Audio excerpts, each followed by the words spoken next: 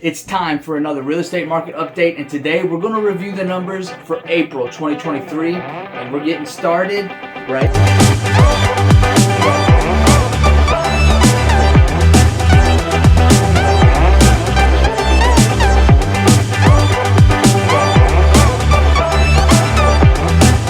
Welcome everyone, this is All Things Tennessee, and I'm Ben Barreto, a local realtor with Wallace Real Estate here in Knoxville, Tennessee.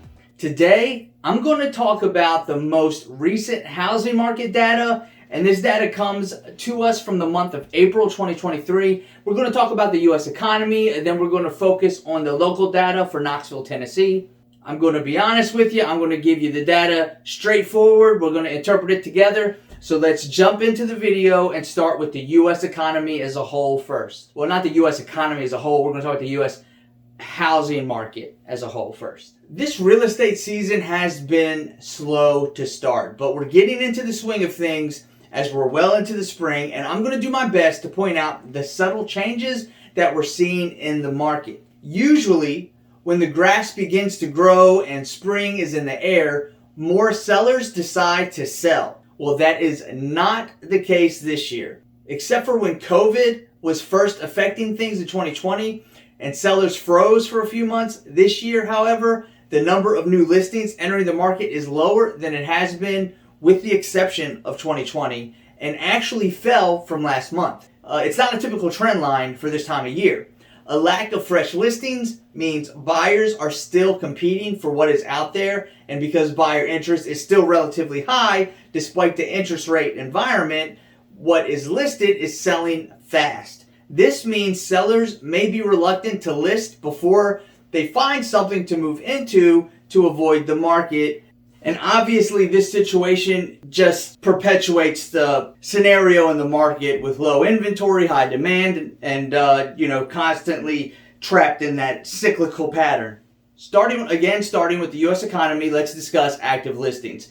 And there were about 48% more homes for sale in April compared to the same time in 2022. This means that there were 184,000 more homes available to buy on a typical day this past month compared to 1 year ago. However, the inventory growth rate continued to slow for the second month in a row as fewer potential sellers opted to put their house on the market for sale. This means that there were still fewer homes available to buy on a typical day in April than there were a few years ago. The total number of homes for sale, including homes that were under contract but not yet sold, increased by 6% compared to last year. Growth decelerated from last month's 9.3% growth rate as fewer potential sellers listed homes. The growth rate in the total number of homes for sale also remains lower than active inventory because there were still fewer homes under contract. The number of homes under contract declined by 22.5% compared to this same time last year. This is slightly lower than March's 24.2% decline and much improved from December's peak decline of 36.9% year over year. Let's talk about newly listed homes. Now, the March Fannie Mae's Home Purchase Sentiment Index survey did improve for the month of April. The net share of survey respondents who said now is a good time to sell actually increased by 8 percentage points. If you watch previous videos, that number has gone down. However, the measure is still 35% points lower than the prior year. However, March's more positive seller sentiment, it didn't translate over to more listings in April. The number of homes newly listed in April declined by 21.3% compared to the same time last year. This was only slightly higher of a rate of decline than March's 20.1% decrease, and new listings remain 29.7% below pre-pandemic 2017 to 2019 levels. Let's talk about days on market, and the typical home spent about 49 days on the market this April, which is 17 days longer than the same time last year. Slower inventory turnover was primarily fueling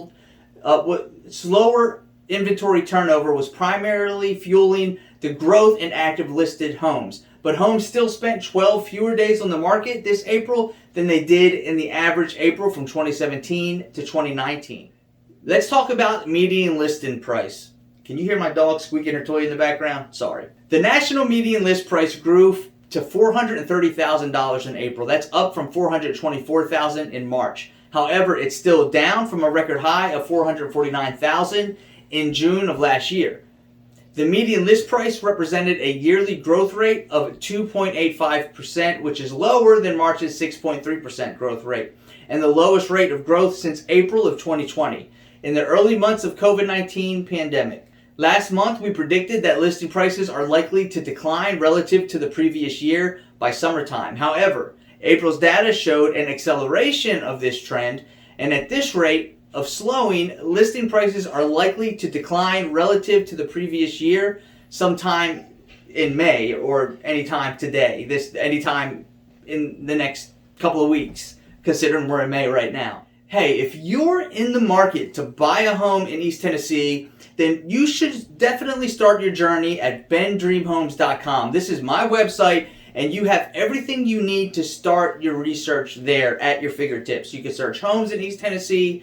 You can get information about the area. You can get information from my blog. You can contact me directly with any questions that you may have about the market. Additionally, if you're thinking of selling and you live in East Tennessee, you can submit your information on my website at www.bendreamhomes.com and schedule a strategy call with me to discuss your home's current value and what you need to do in order to get top dollar for your home in this market. Now, let's turn our attention to the local market here in Knoxville. And first, we're going to talk about active listings. Now, while the entry of new listings is stifled, buyers actually had more total choices than they've had in a couple of years, as the homes that are entering the market are lingering a little bit longer than before. This may be because some buyers are not pleased with the homes they have to look at.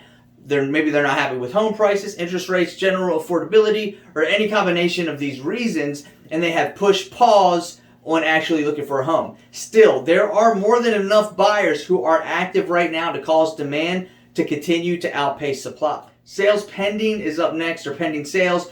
This is usually the best indicator of closings to come, and it appears that the number of pending sales is typically flat between March and April, as it was this year.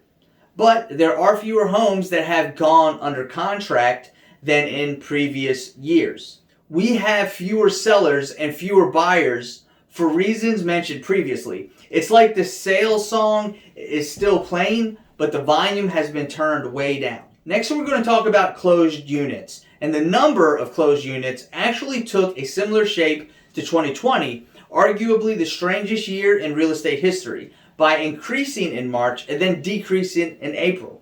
A more typical movement is to remain flat month over month until we hit the surge of the summer months. But pending sales were affected by both buyers and sellers pushing pause. What I anticipate, however, is that this quiet time may be just the calm before activity actually starts to pick up again, as buyers will not be able to wait forever to make a move. Now we're going to talk about months of supply, and we're sitting right in the middle between a normal market as demonstrated in 2018 and 2019 and the first part of 2020, and an overheated market demonstrated by 2021 and 2022. This means that we are still on the side of the market being hot and good for sellers. It likely feels slower because there are fewer people in general transacting on both sides than there have been, but the activity that is occurring quickly.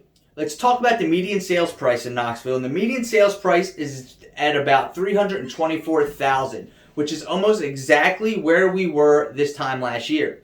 Last year in May, we hit our price hike, but so far this year, prices have set records for the time of year and are holding steady. This goes back to supply and demand again. There is enough demand to keep prices up. And last year, we were talking about demand being organic, meaning not falsely inflated due to ridiculously easy loans or due to tax incentives, as we've seen in previous markets. Finally, we're going to discuss average days on market.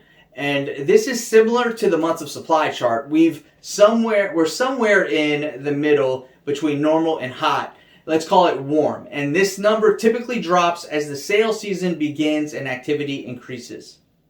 Well, hey, that's it for today's video. I hope you found it insightful and informative. And if you still have any questions, don't hesitate to give me a call. Thanks so much for watching. As always, have a great rest of the day, a great rest of the week, and I'll catch you next time. Bye.